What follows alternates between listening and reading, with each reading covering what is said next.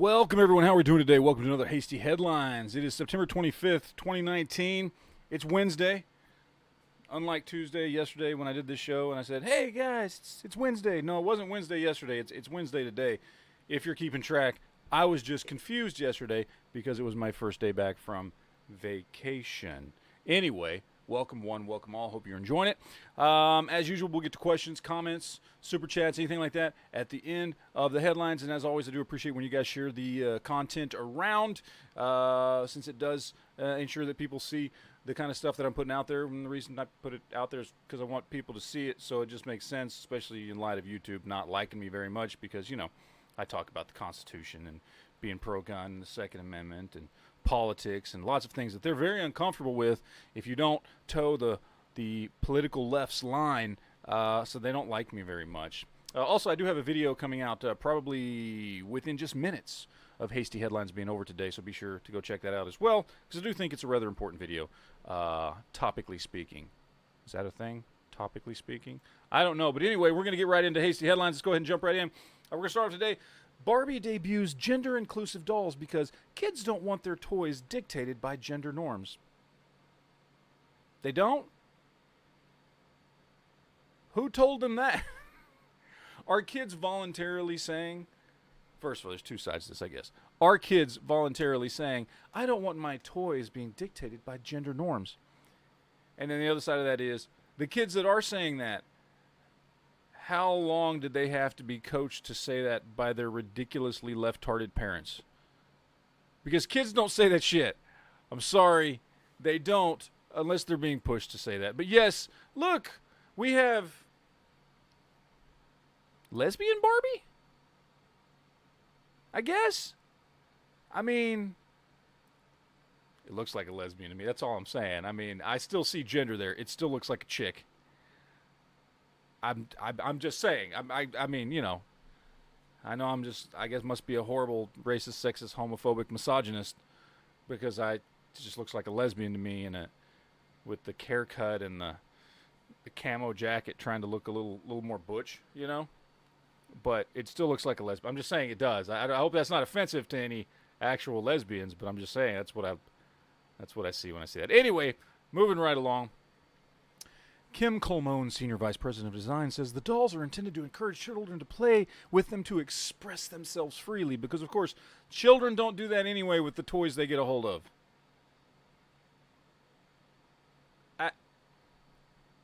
I've got a daughter who pretends a blue piece of construction paper is a whale.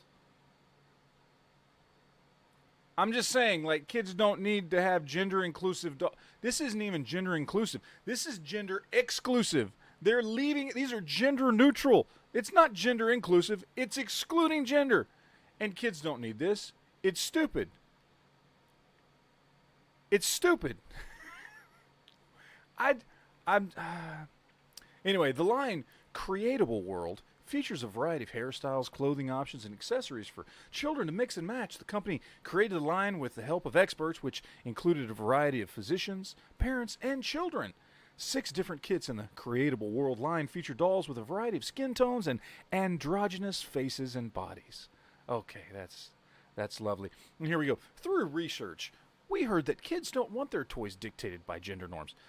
Through research, we heard kids... Who told them this? Because it sure as shit wasn't kids. Kids are not... Yeah, we don't like toys dictated by gender norms. Kids don't talk like that. Man, I'm just saying, it's a little stupid. It's a little stupid. You know the kind of kids that do talk like this? The kids for my next story here. Couple charged with felony child neglect claims the abandoned child is actually a murderous adult scam artist with dwarfism. Yes, because the only child that says things like, we don't like our toys dictated by gender norms, are children who are really murderous adult scam artists with dwarfism. Those are the types of children that actually talk like that, ones who aren't children. How about that? Come on. This is just funny, because if you've ever seen the movie The Orphan, and they even reference it in this article, if you've ever seen the horror movie The Orphan, horror, thriller, whatever it is, I don't know. But whatever it is, This is it.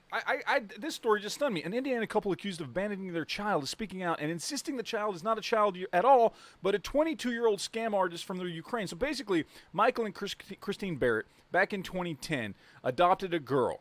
Then it says 2 years later, they changed their adopted daughter's age to 22 in a probate court. Prior to leaving the United States to relocate to Canada, they took their 2 sons and they left the girl woman, whatever she is, behind in Indiana. It says they paid for rent in the apartment that she was staying in, but did not financially support their adopted daughter because, of course, they claim this is not really a little girl. They were scammed. They were scammed, which is why they went and legally had her age changed and all this other stuff, all that kind of stuff. Now, of course, they're getting slapped with 2 counts of felony neglect of a dependent on the basis that this individual is a minor. They're saying it's not a minor. So they issued warrants. It says Natalia told investigators during a 2014 interview that she's from the Ukraine, was adopted through an agency in 2008, and she also said she has not seen the Barnetts since they moved to Canada. Where we got here? Michael Barnett admitted Christine Barnett told Natalia to tell others Natalia looked young but was actually 22. Okay. And it says, Attorney General for Michael says that his client, who plans to surrender Wednesday, insists that he and his ex-wife were victims of fraud during the adoption process and were led to believe that Natalia was a child. All right. Christine told WISH-TV that Natalia was diagnosed as a sociopath and a psychopath, and also claimed that Natalia is an adult who was between the ages of 18 and 22 at the time of adoption and presented herself as a minor. In a Facebook post, she insists the allegations are false charges. Then it goes in, the couple's plot is eerily similar to the 2009 movie The Orphan. But check this out. Things were immediately missed when the couple brought Natalia home to Christine. The outlet claimed Natalia had an expansive vocabulary for a girl her age and an active menstrual cycle. Again, she's supposed to be 8 when they adopted her. Now, this is weird. Upon adoption, a doctor estimated her age at approximately 8 years old. 2 years later, it was estimated at 11. Well, 8 to 11 is only 3 years. So if a doctor was off by a year, that doesn't seem unusual to me. I'm just saying that part doesn't seem unusual. And it says Natalia began threatening her new family after the adoption and tried to poison Christine and push her into an electric fence. She added that the family took Natalia to a psychiatric hospital for help, where doctors diagnosed her with significant mental illness. During treatment, Natalia reportedly admitted her real age to the doctors. A doctor's report later found that Natalia is actually an adult. The report says she has reportedly made a career of perpetuating her age facade and has been successful in deceiving others about her real age. It says the girl was evicted from an apartment in 2014, posed for a child for another family. That unnamed couple tried to adopt her, but then the Barnett stepped in and were like, no, you cannot adopt her. She's not a child. And they put the whole thing to a stop, and that other family was like, okay, yeah, we're done. We're out. This is just weird, man. This is just weird. I'm just saying, this is a weird story. Like, this literally is the movie Orphan, except she didn't actually kill anybody. She just tried to kill somebody, apparently. I'm just saying, if this is true, she admitted it to the doctors while she was getting treatment in therapy, and there is a doctor's report that says she is an adult.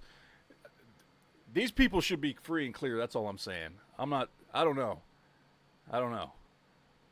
But it's just a weird story. I had to share this with you guys because it's just a weird story. Because it literally is the movie Orphan.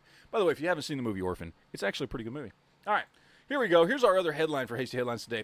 11-year-old girl charged with... Oh, sorry. No, not this one. I apologize. This is another story. We'll get to that one next.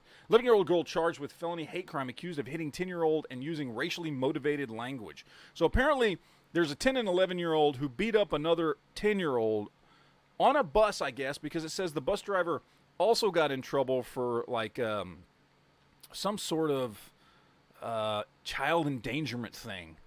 Now, it does not say what exactly was said to this 10-year-old girl, but apparently she got some hair pulled out of her. She had a black eye. She got beaten up by kids. And apparently they used racially motivated language. I don't know what that is. They don't go on to describe what racially motivated language is. Here's the thing about this story. Here's where I'm going to go with this story. It is a 10 and 11-year-old. As someone who has had 4 kids, Yes, 10 and 11-year-olds can do things that are bad and they should get in trouble for. Something as extreme as this seems more to me nurture rather than nature. And I would, instead of, and they've literally charged the 11-year-old with felony hate crime. 11-year-old was hit with additional charges of assault and a third-degree hate crime, a felony. Okay? I would be talking to the parents before hitting an 11-year-old with a hate crime. Because to be an 11-year-old who's doing that kind of thing, you've got to go to the parents and go, what is going on? Okay, 11-year-olds don't just come up with that stuff by themselves. It's nurture, right? It's what they're surrounded by growing up. Again, I don't know what this girl said. I have no idea. But I have a hard time blaming the 10 and 11-year-old for getting into a fight, and you not for getting into a fight, blaming them for any language they might have used, because that's something that's obviously been taught into them by whoever they're surrounded by. Getting into fights as a kid is no big deal, and if this was just a fight, like if this turned out to just be a fight, and whatever racially charged or motivated language they use, if they would say what it is, turns out to be, nothing, but just, oh, well, because the girl was black, we assume it was racially charged, then I'd say this is all BS, because kids get into fights. It sucks. It sucks when kids get into fights. And if it truly was a one-way fight, right, like the girl didn't do anything and these two people were beating her up, then they absolutely need to get in trouble. I don't know, maybe get suspended. Parents need to beat their ass, whatever. But I think that to me the story hinges around two things. One, an 11-year-old shouldn't get charged with a hate crime. And two, what did she actually say? I don't know. If it legitimately was that, it was a horrible thing, and she was using racially motivated language, then yeah. I mean, but you deal with the parents. It's an 11-year-old. Yes, it's wrong. It's horrible. It shouldn't have happened. We need to fix the problem. But slapping an 11-year-old with a hate crime isn't going to fix the problem. You need to deal with the parents who have potentially fostered this type of rhetoric or behavior or wrong-headed thinking or whatever it is. I don't know, man. I'm just saying. Yeah, I don't know. To me, anyway, it just seems weird. It just seems weird. Here's our next story here. 5-year-old with autism labeled sexual predator for kissing a classmate on the cheek and hugging another. I thought this was a joke at first. I'm not kidding.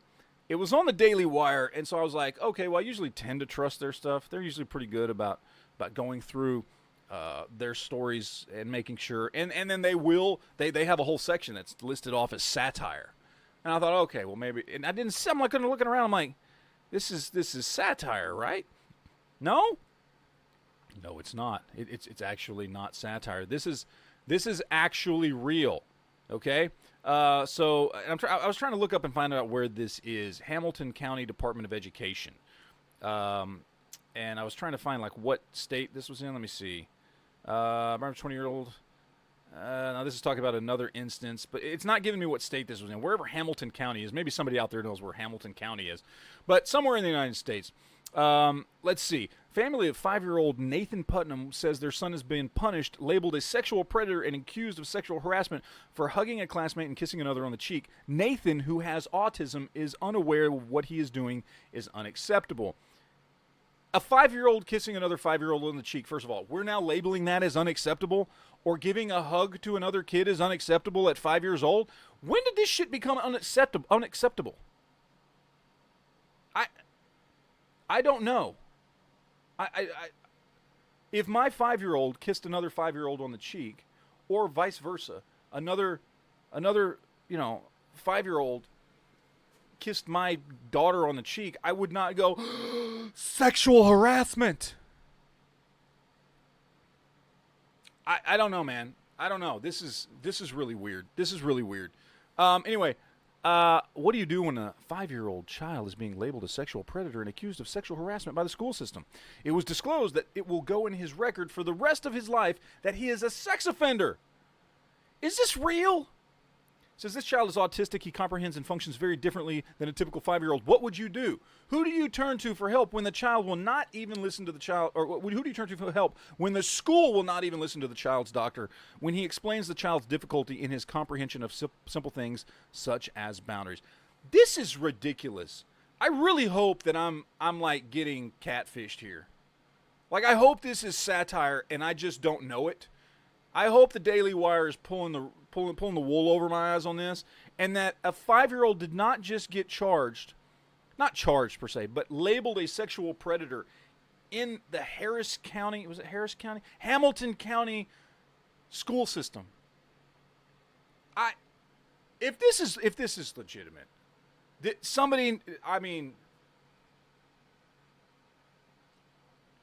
I'm not saying this is not a call to violence. I'm just saying, if people showed up at the Department of Education, Hamilton County Department of Education building with like pitchforks and torches, it would be justified at this point. It would be justified because this is insane. This is absolutely insane. He's 5, and he's autistic, and even if he wasn't, he's 5. I don't know. And by the way, I know that in the title of this video, if you're watching it live now, I put 11-year-old. That's because I got confused with another story that I was talking about. 11-year-old, 5-year-old. It was supposed to say, the title is supposed to be 5-year-old autistic sexual predator, not 11-year-old. Which is even worse, by the way. Even worse. Anyway, moving on. Transgender man who had baby loses legal fight to be considered the child's father instead of its mother. So this girl, gave birth to a baby and then wanted to be called dad.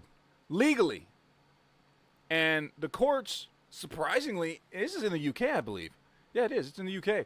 They said no. They said, look, in any other situation, you're legally a man. We get it. But for this specific purpose, you gave birth to this human being in a hospital.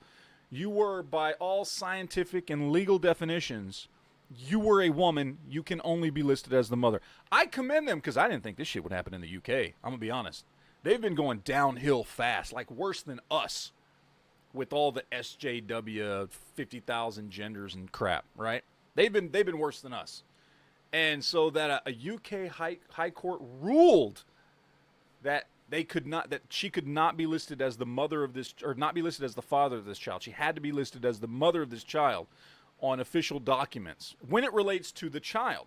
Now, as far as I think on his driver's license, he's listed as a man and all that stuff, changed his name, all that.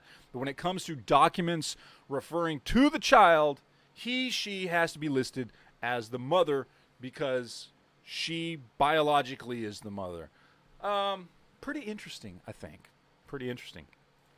This story here is kind of way too long to really go through, but this is the transcript. You can find it here on the Blaze. Impeachable offense, Glenn Beck reads transcript of Trump's Ukraine phone call. I haven't listened to the thing. I just looked at the actual transcript here, but you can find the transcript. I'm sure the transcript's everywhere right now, but I read through this, him going back with the president of the Ukraine, and there's literally nothing impeachable in here. Like, he didn't do anything wrong. Let's see, where's the actual sentence here, or paragraph here, where he talks about Biden. He says, good, because I heard you had a prosecutor who was very good and he was shut down, and that's really unfair. A lot of people are talking about that.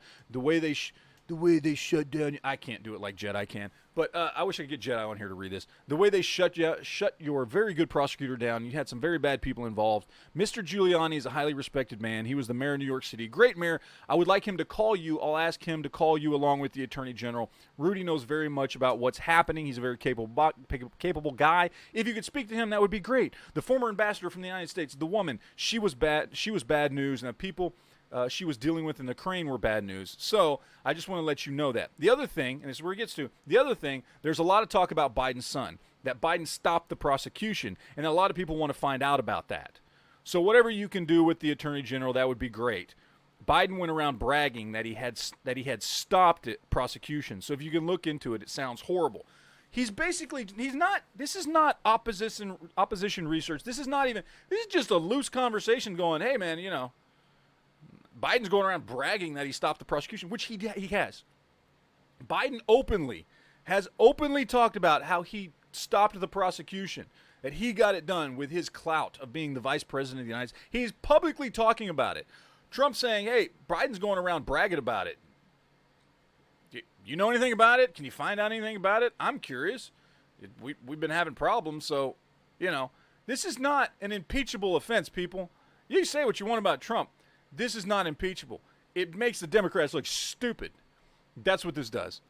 They start talking about impeachment with him, and then he just go, oh, here's what I said. Here's the transcripts. There you go. And they're just like, now what? Like, where do they go? Like, he just released the transcript. Here you go. This was exactly what I said. Deal with it. It was a smart move on his part. I'll say that. So there it is. I don't know. We'll see. We'll see what happens. Anyway, let's see. That's the one we've already read. This one's interesting. Disgraced Parkland Sheriff Scott Israel ordered reinstated by special master. Basically, Scott Israel is sheriff again.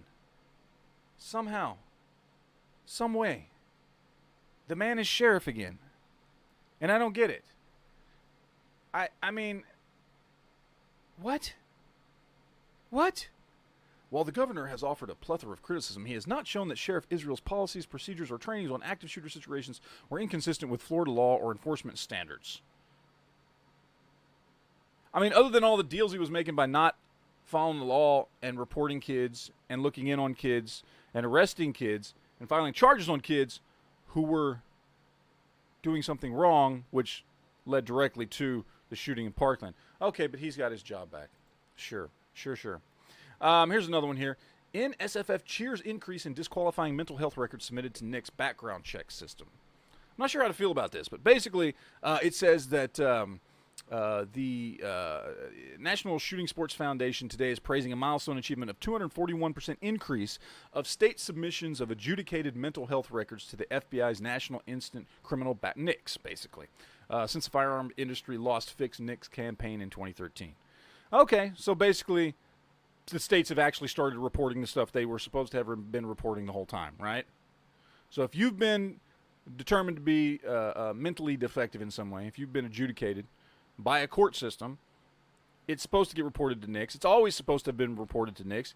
Just never was for a lot of people. So there you go. There it is. That's all I can say. Moving right along. I wanted to show you guys some more of this stuff here. This is just some cool stats, and I talked about this yesterday on Hasty Headlines. The crimeresearch.org. I just want to leave off with a couple of gun facts here. Some of the cool stuff that you can find over there, and I know we talked about some mass shooting stuff yesterday and stuff like that. With a push to ban guns for those under 21 years of age, what share of mass public shootings are done by those under the age of 21? And you can go here and look this stuff up. Again, there's just data out there. And if you know where to find it, and again, crimeresearch.org is kind of an aggregation site. I mean, they partake in some of these studies, but mostly what they do is they aggregate all the information and they put it together. You know, they do their own studies and then they gather other studies, and sometimes they compare them to their studies, or they include them in with their studies, or they just showcase the studies that they've kind of aggregated or whatever it is to try and get the most accurate information when it comes to guns, gun crime, that kind of stuff. Like this one here, trying to prevent people under 21 from buying a gun. Yet under 21 covers, let's see, 13% from 16 to 20, under 15, 4.5%. So we're talking less than 18% at that point as far as quote-unquote mass shootings. And you got to also understand what that includes.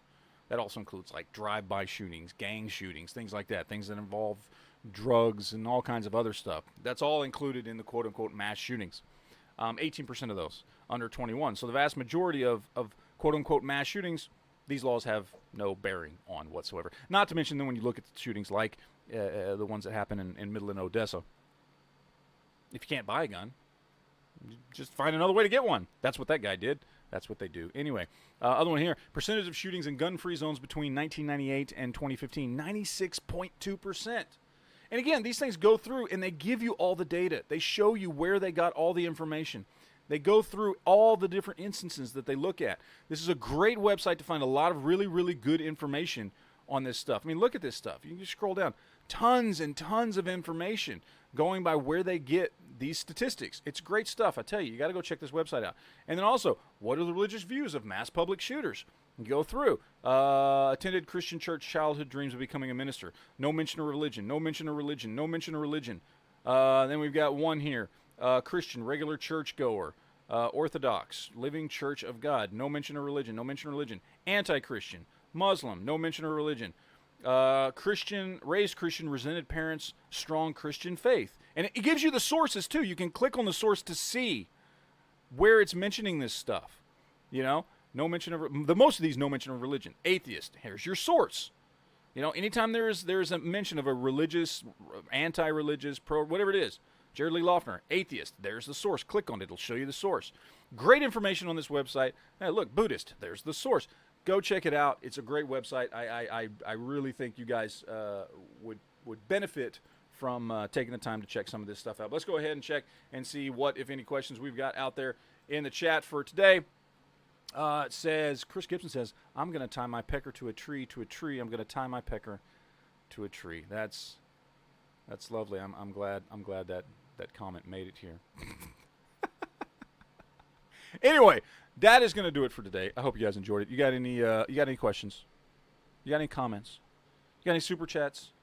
Well, we don't do super chats after the chat's already over, but you can hit it up tonight on the Guns and Geeks podcast. We will be back then. So take it easy, guys. Deuces. Shall not pee in fridge and all that good stuff. And once again, to all the Hunan Mohammeds out there, we truly do hope that you stick around, because we know that Hank Strange really, really loves you guys. So that's it, guys. Take it easy.